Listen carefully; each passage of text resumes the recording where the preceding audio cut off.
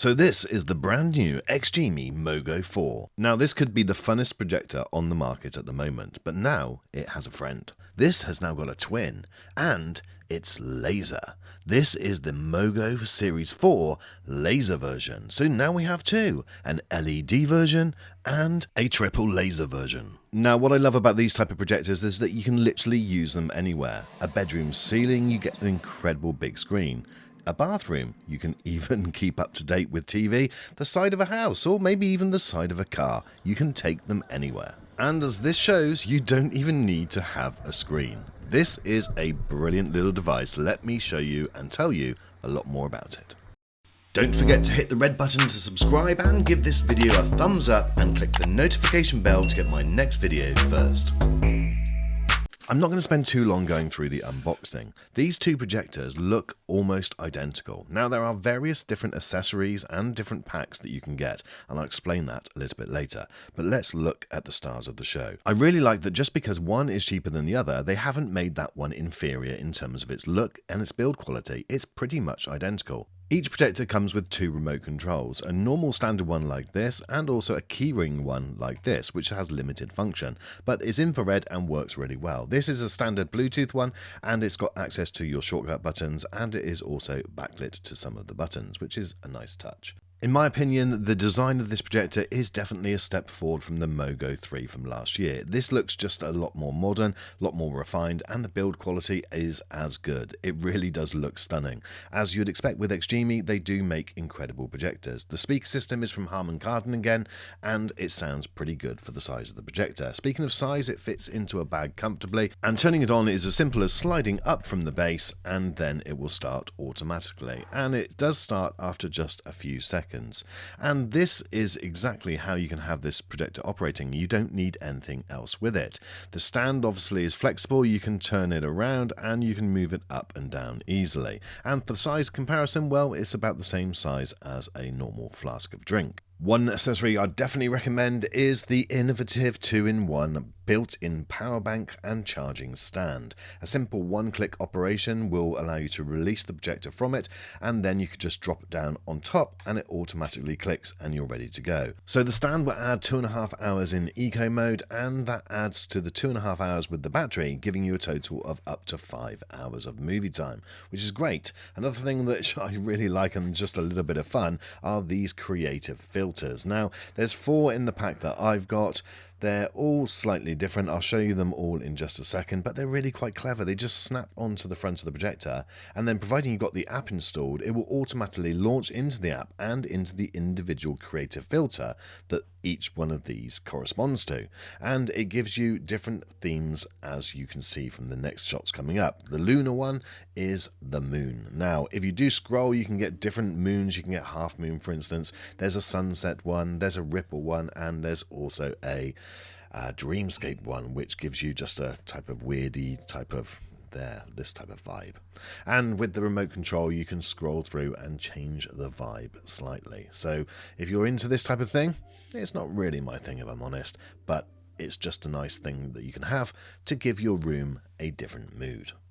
When using as a Bluetooth speaker, you can also have an ambient light on the bottom, and there's various different colors that you can have.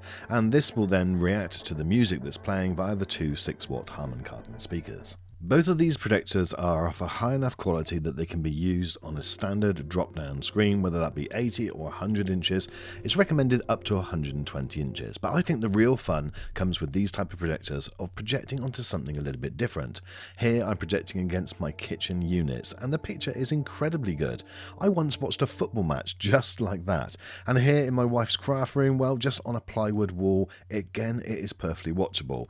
Not sure why you'd want it in the bathroom, but you can. You can take it absolutely anywhere. In the bedroom, against the ceiling, again, it will just help you drift off to sleep. But I love the fact that if you went camping and you want to project onto your car, you can do it easily. With the automatic keystone correction and manual 4-point keystone correction, you're getting a brilliant image. And with Google TV built in, everything that you're going to need is there. You have Netflix, all of your main apps are working straight out of the box, so you don't need to plug anything else into this, although there is an HDMI port so you can.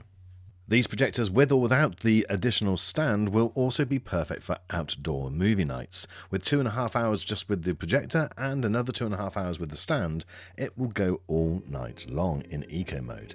But if you do want to bring it inside, this is now on my 100-inch ALR screen.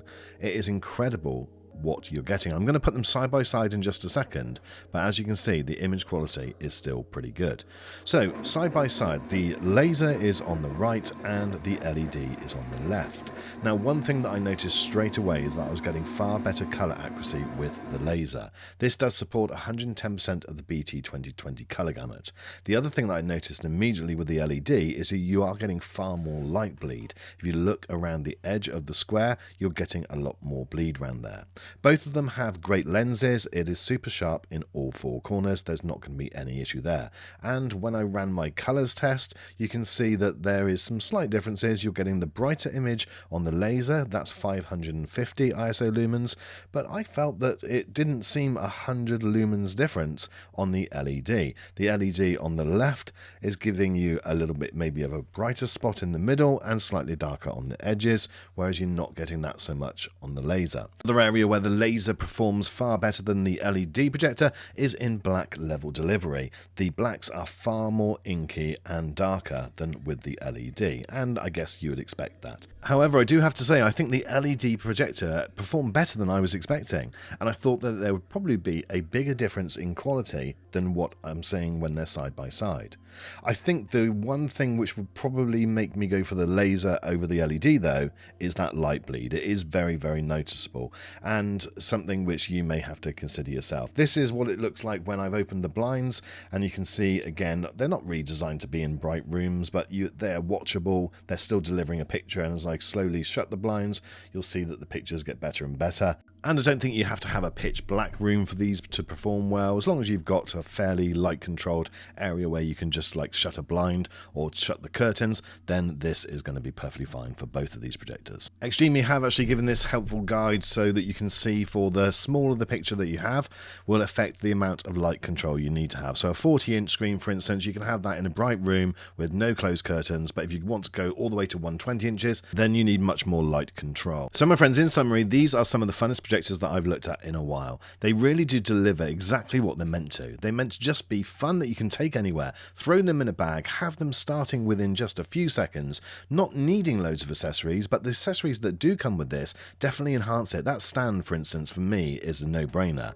Not so sure about the filters, but for some people they will be incredible too, and they'll just deliver a whole nother level of fun. But I love the fact that you can have these projectors, project them onto almost any surface, get creative, take it outside or inside, but when you do go inside into a big screen, they're still delivering a very, very watchable image. Which one would you go for? Would you go for the LED or would you go for the laser? Let me know in the comments, guys. That's it for this video. Thank you so much for watching, and I look forward to seeing you on the next.